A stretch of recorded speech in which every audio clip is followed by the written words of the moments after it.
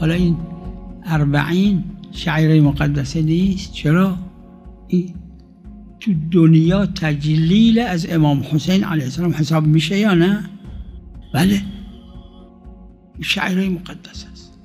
و هر کی هر قدر بتونه کمک کنه، به پول، به تشویق، به کتاب، به CD، به زبون، تو کشورهای اسلامی، داخل عراق، خارج عراق،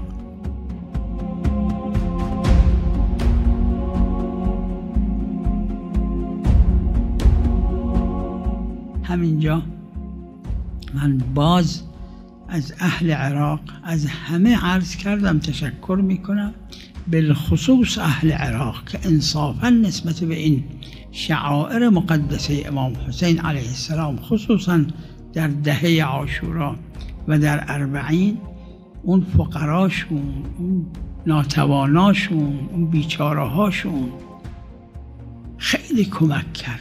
امیدوارم دیگران از اهل عراق این را یاد بگیرن.